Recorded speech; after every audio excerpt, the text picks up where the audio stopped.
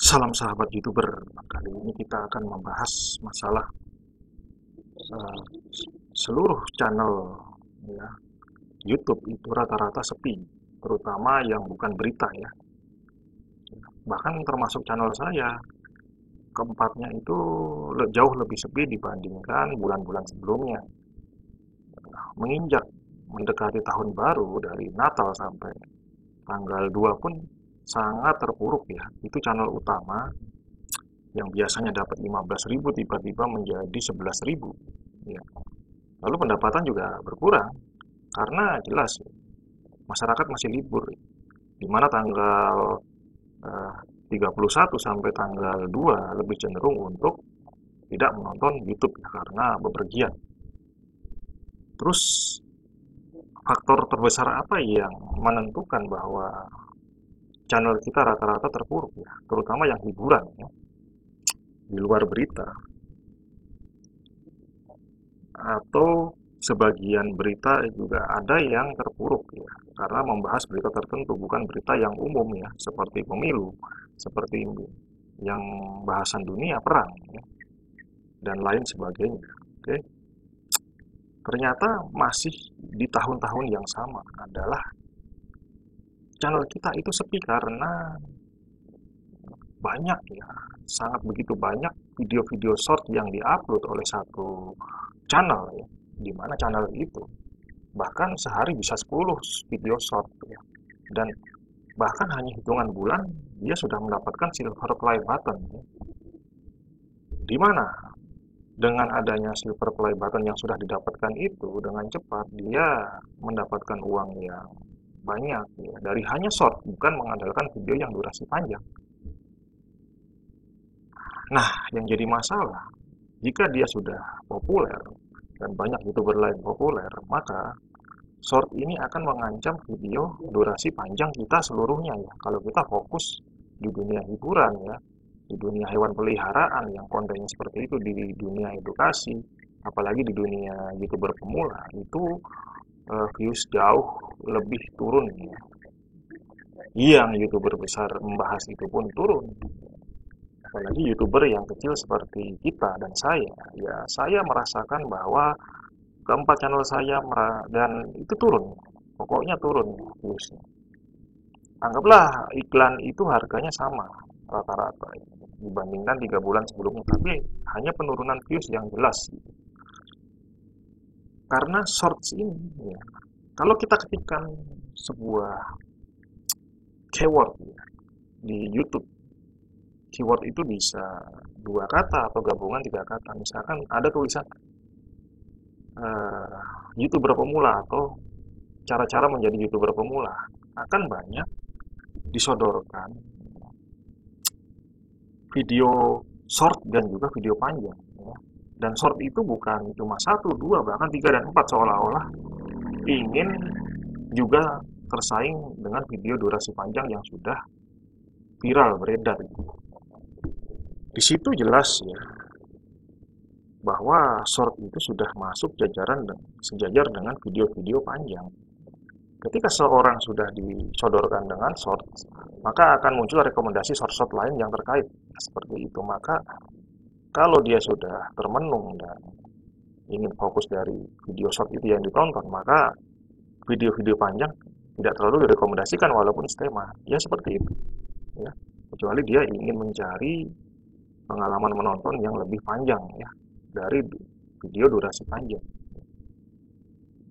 Video short itu setelah saya selidiki, dari tema YouTuber pemula saja itu sudah begitu banyak.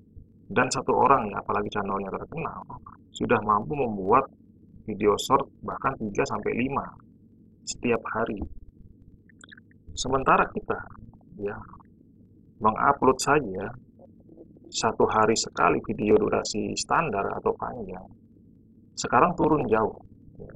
Bahkan seperti tidak ada penontonnya, atau mungkin Anda mengupload ada 50 views di 12 jam pertama, lalu hari berikutnya bahkan cuma 1, 2, dan hari berikutnya udah nggak ada yang nonton lagi. Salah satu yang terbesarnya adalah karena video shorts tadi. Ketika seorang atau penonton setia itu sudah disodorkan ke short, maka dia akan disodorkan kepada sosok lain yang terkait dengan apa yang dibuka sebelumnya. Faktor itu yang terbesar ya, yang bahkan di 2024 ini mempengaruhi performa views channel kita gitu, baik yang hiburan, ya edukasi, ya baik yang film segala macam, sinopsis ya, itu akan terpengaruh karena short ini yang sama-sama terkait atau sama-sama satu tema ya.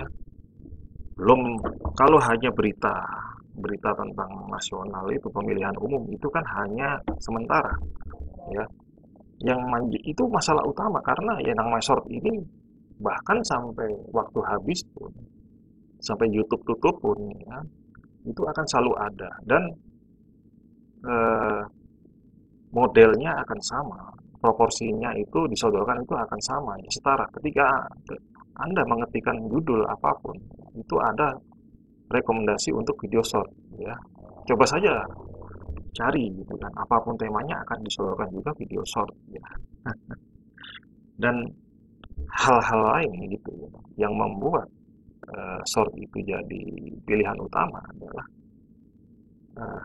walaupun dia di bawah 1 menit, tapi seolah-olah isinya itu mencerminkan seluruhnya ya, dari hanya 30 detik ya. Jadi seolah-olah penonton itu lebih bisa menangkap dengan mudah ya, dengan cepat apa yang hanya disodorkan dari video itu selama 30 detik atau bahkan kurang atau bahkan lebih ya. Jadi dia akan melihat sosok lain. Itu masalah berat dan tantangan ya terbesar 2024 di samping video-video nasional tentang pemilu, tentang perang yang tidak ada habisnya, bahkan mungkin sampai 2025, 2026 ya.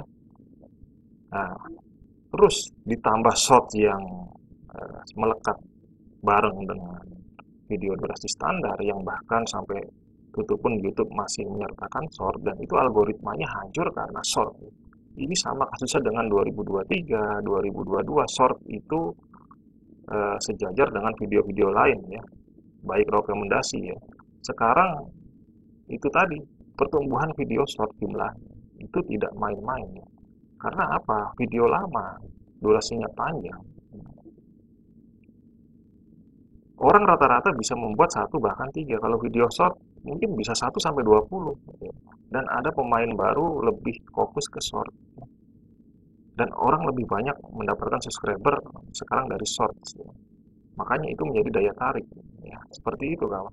Jadi saingan kita di 2024 adalah di YouTube sendiri, yaitu video short. Akankah kita sanggup atau menjadi short YouTuber juga? Oh, saya tidak main short ya, tapi saya sudah terlanjur main di video durasi lama ya. Jadi saya berharap sedikit keajaiban atau algoritma lain bahwa video saya minimal akan tetap ya, jadi penghasilan saya setidaknya ya adalah seperti itu bulanan ya. Ya jadi seperti itu. Kalau yang video lain ada yang terpuruk, ada yang terkena dismount juga ya, karena channel saya lebih dari 3 ya, seperti itu kawan.